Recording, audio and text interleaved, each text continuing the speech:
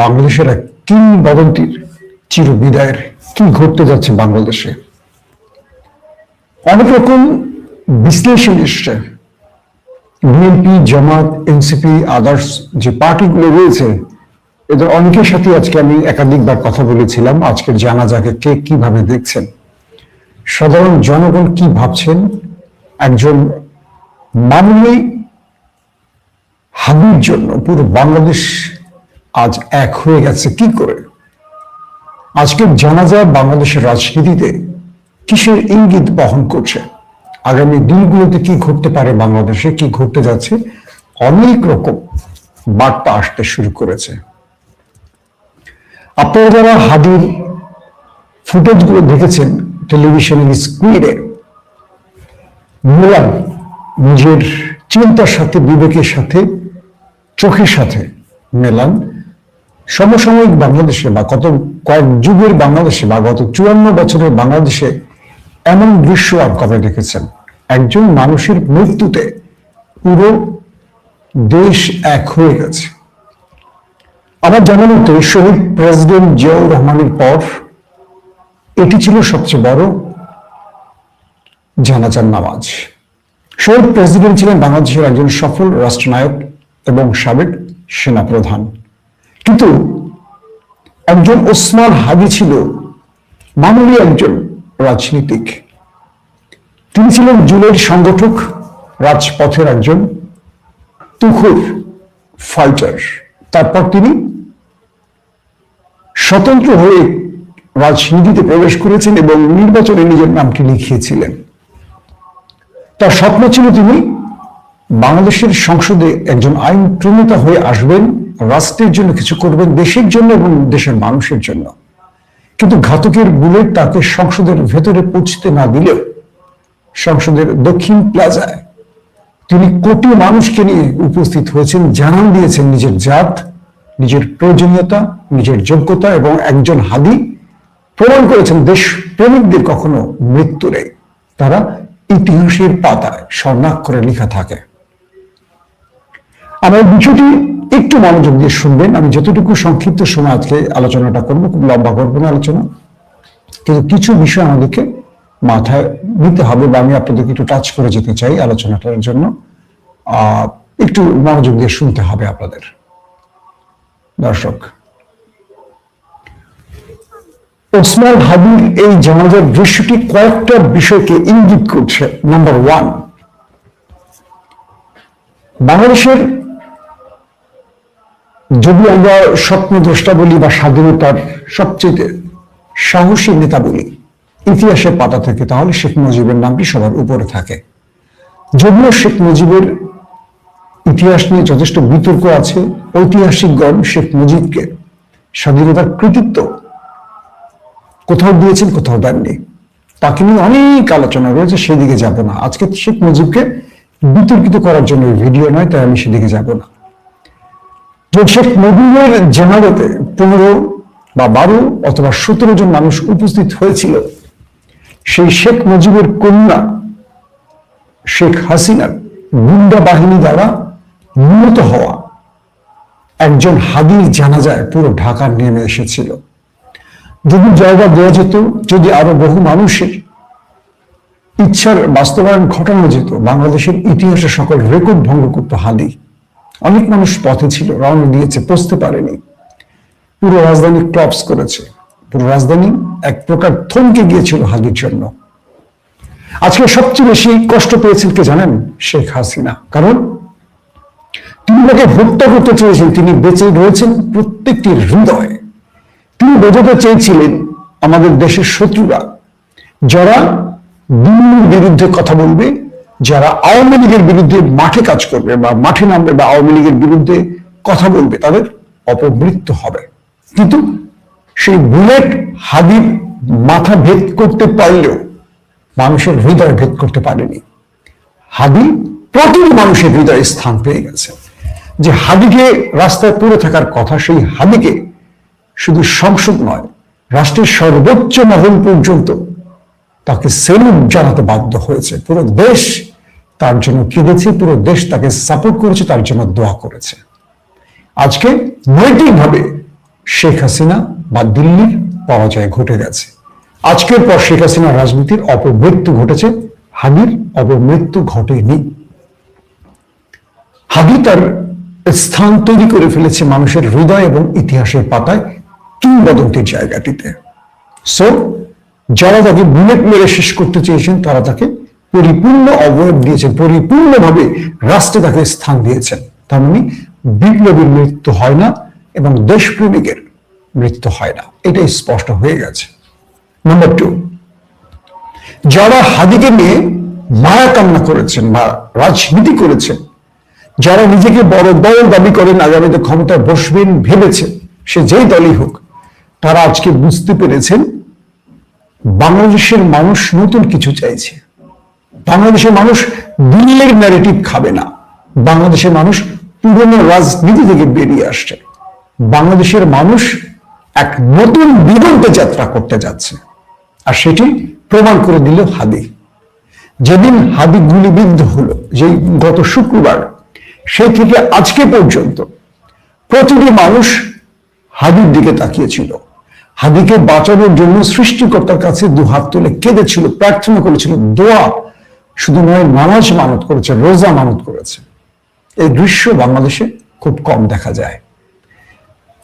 প্রতিটি দল, সেটা জামাত বলি, বিএনপি বলি, এনসিপি বলি, এবি বলি, যত রাজনৈতিক দল, প্রতিটি রাজনৈতিক দল হাদির জন্য কথা বলেছে, হাদির পক্ষে কথা বলেছে, হাদিকে জাতীয় বা ন্যাশনাল হিরো সম্বোধন করেছে।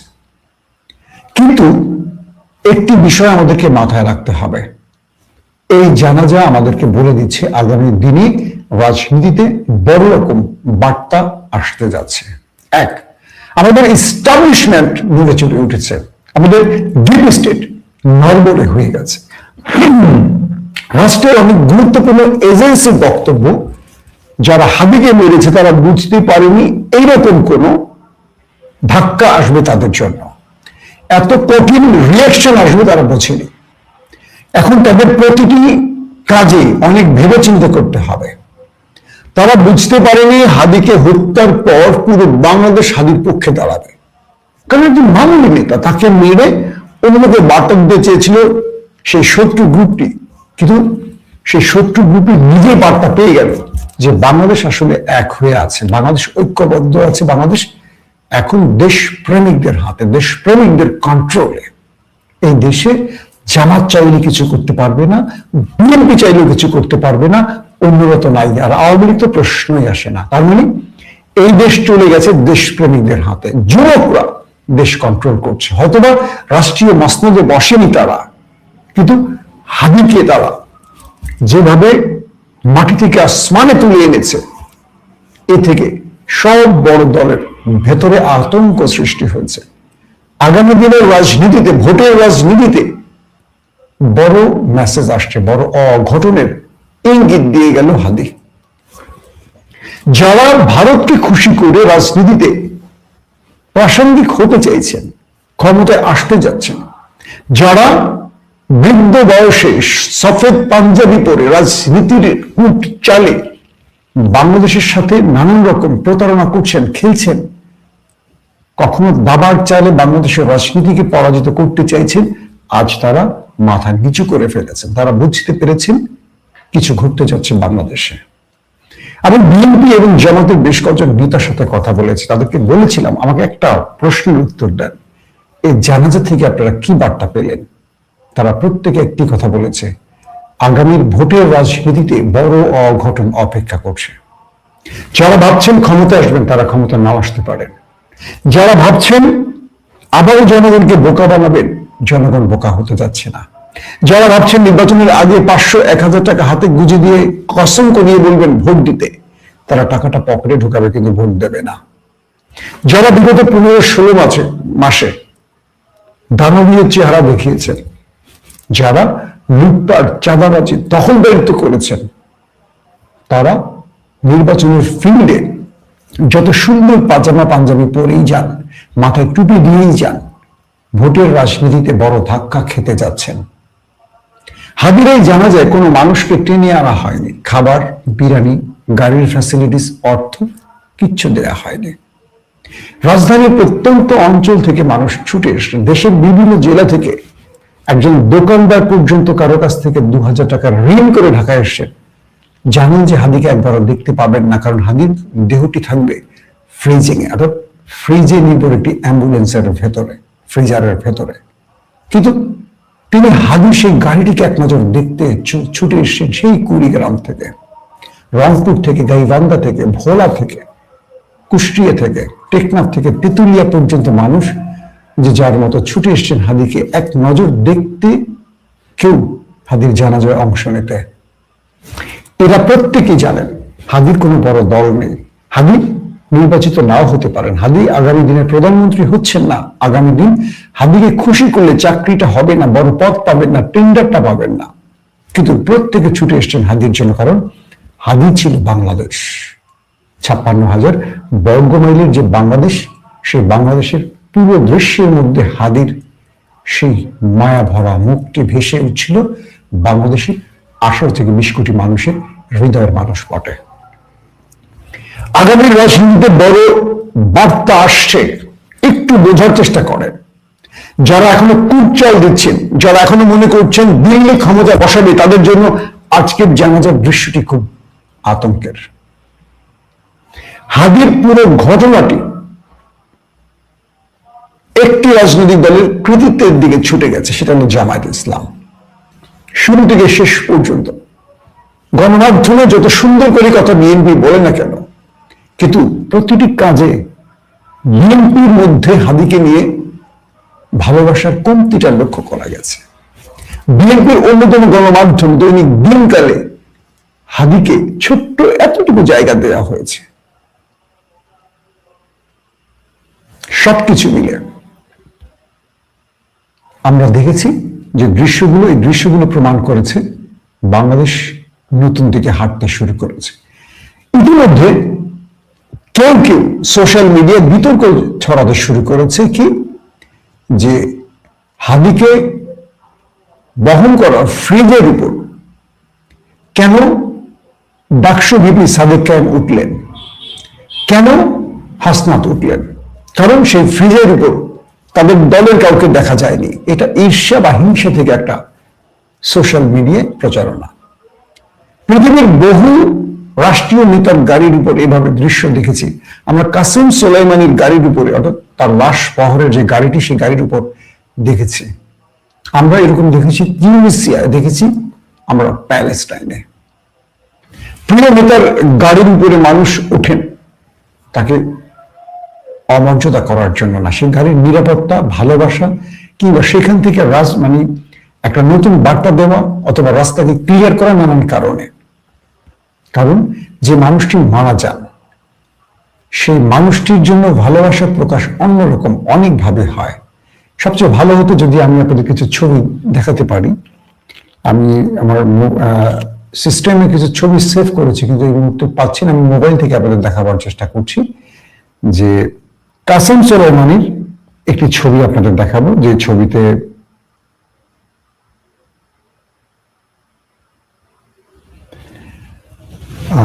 ছবিটা কোথায় গেল। কাসেম সোলাইমানির ছবিটি ইতিমধ্যে ফেসবুকেও আমরা পেয়েছিলাম, আপনারা দেখেছেন হয়তো, যে হাজারো মানুষ তার লাশ বহরে ছিল, তার গাড়ির উপরেও আমরা দেখেছি যে অনেকে উঠে এসছে।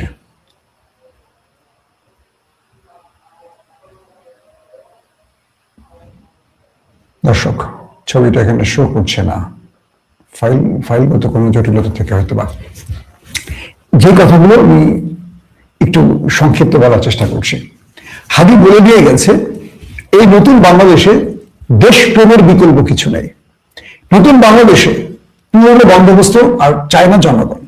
নতুন বাংলাদেশে ভারতের তাবেদারি চায় না। নতুন বাংলাদেশে লুটেরারা রাজনীতি করতে পারবে না। নতুন বাংলাদেশে টেন্ডারবাজিরা রাজনীতি করতে পারবে না। নতুন বাংলাদেশে ইনসাফের বিরুদ্ধে শক্তি দাঁড়াতে পারবে না। নতুন বাংলাদেশে ইসলামকে উপজীব্য করতে হবে, অর্থাৎ ইসলামী ভাবধারার বিশ্বাসী মানুষগুলোকে রাষ্ট্রীয় ক্ষমতা দেখতে চায়। নির্বাচনের আগে টুপি মাথা দেওয়ার ব্যক্তিদেরকে মানুষ এখন ভণ্ড হিসেবে বিবেচনা করছে। দেখানো এবাদতকে মানুষ ভণ্ডামি হিসেবে দেখছে।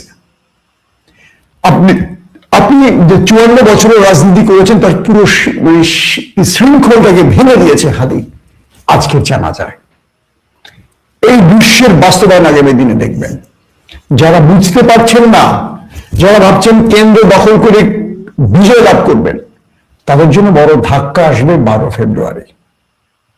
আবারও বলছি, হাদি পুরো জাতিকে বলে দিয়ে গেছে আগামীর বাংলাদেশ দিল্লির তাবেদারির বাইরে নতুন বাংলাদেশ, আধিপত্যবাদীদের বিরুদ্ধের বাংলাদেশ, ফ্যাসিজমের বিরুদ্ধের বাংলাদেশ, ধর্মনিরপেক্ষতার বিরুদ্ধের বাংলাদেশ, লুটেরাদের বিরুদ্ধের বাংলাদেশ। যে জনগণ আজকে আমাদের সংসদের দক্ষিণ প্লাজায় উপস্থিত হয়েছেন, তাদের স্লোগান শুনেছেন, দিল্লি না ঢাকা। কিন্তু এখনো অনেক দল দিল্লিকে খুশি করে ক্ষমতায় বসতে চাচ্ছেন। আমাদের এস্টাবলিশমেন্ট, আমাদের ডিপ স্টেট অনেক কঠিন বার্তা পেয়ে গেছে। তারা বলছেন যা ঘটেছে এটা তাদের আন্দাজ ছিল না। তারা বুঝতে পারছেন না হাদিকে, মানে নিহত হাদি আর জীবিত হাদির মধ্যে এত পার্থক্য কেন। একজন মৃতদেহের হাদি এতটা শক্তিশালী, এতটা জনপ্রিয়, এটা তারা বোঝেনি তাকে বুলেট বিদ্ধ করার আগ পর্যন্ত। তাই বলবো, যারা রাষ্ট্রীয় ক্ষমতা আসতে চান তারা পলিসি পরিবর্তন করেন। যারা আগামী দিনে মন্ত্রীর গাড়িতে উঠতে চান, ফ্ল্যাগ সমেত গাড়িতে উঠতে চান, তাদেরকে বলবো চিন্তাকে পরিবর্তন করেন। ইসলামকে রাষ্ট্রের আইন থেকে দূরে রাখবেন না। অনেকে মনে করেন ইসলামের কথা বললে পশ্চিমারা পছন্দ করবে না, ভারত পছন্দ করবে না। মনে রাখবেন, আফগান তালিবানরা পুরো পৃথিবীর বিরুদ্ধে দাঁড়িয়েছে, তারা টিকে আছে এখনো। এই রাষ্ট্রে আগামী দিনে তারাই টিকে থাকবে যারা দেশের পক্ষে কথা বলবে, দুর্নীতির বিরুদ্ধে কথা বলবে, ইসলামের পক্ষে কথা বলবে, যারা ইনসাফের পক্ষে কথা বলবে, রুল অফ ল এর পক্ষে কথা বলবে, যারা দিল্লির প্রেসক্রিপশনের বাইরে দাঁড়াবে। আপনি যত বড় দলের লোক হন, যত জনপ্রিয়তা থাকুক, যত বিশাল কমিটি থাকুক দেশে, এবার অঘটন ঘটতে যাচ্ছে, মানেন আর না মানেন। আপনার সংবাদপত্রে ছোট করে ছবি দেন, হাদির কিচ্ছু যায় আসে না, কারণ বাংলাদেশের কোটি মানুষের হৃদয়, পুরোটা হৃদয় জুড়ে হাদির স্থান তৈরি হয়ে গেছে। আপনার খবরপত্রের জন্য কেউ অপেক্ষায় নেই। যদি বোঝানোর চেষ্টা করেন মৌলবাদীরা প্রথম আলো ডেইলি স্টার কুড়িয়েছে, কারো কিচ্ছু যায় আসে না। হাতি গোনা 200 মানুষের নাচানাচিতে কিচ্ছু যায় আসে না। কোটি কোটি মানুষ সিদ্ধান্ত নিয়ে ফেলেছে আগামী দিন কাদেরকে ক্ষমতায় বসাবে। এটা আপনাদের যারা রাজনীতিতে ক্ষমতায় বসার স্বপ্ন দেখছেন, অনেকের ঘুম নষ্ট করে দিয়েছে। আপনারা আগামী দিনগুলোতে শান্তিতে ঘুমাতে পারবেন না। সো চিন্তা করেন, চিন্তা পরিবর্তন আনেন, দেশের মানুষের জন্য, রাষ্ট্রের জন্য নতুন কিছু ভাবেন। বাংলাদেশকে 54 বছর পর নতুন একটা অবয়ব দিন। মানুষ আর কোন দুর্নীতিবাজকে দেখতে চাচ্ছে না, দখলদারদের দেখতে চাচ্ছে না, দুষ্ট চেহারার লোকগুলোকে দেখতে যাচ্ছে না, ক্ষমতাধর লোকগুলোকে দেখতে চায় না, যারা নির্বাচনের আগ পর্যন্ত জনগণের দুয়ারে যাবে, বিজয়ী হওয়ার পরে জনগণকে লাথি মেরে ফেলে দেবে। সেরা স্যান্ডেল পায়ে দিয়ে রাজনীতিতে আসবে, তারপর কোটি টাকার গাড়িতে উঠবে আর জনগণ রাস্তায় পড়ে থাকবে। সেই নেতাদের আর মানুষ চায় না। জনগণের ঘুম ভাঙছে, হাদিরা ঘুম ভাঙিয়ে দিয়ে গেছে। আগামী দিনে আরো বহু হাদিরা দাঁড়িয়ে যাবে, হাদিদের দায়িত্ব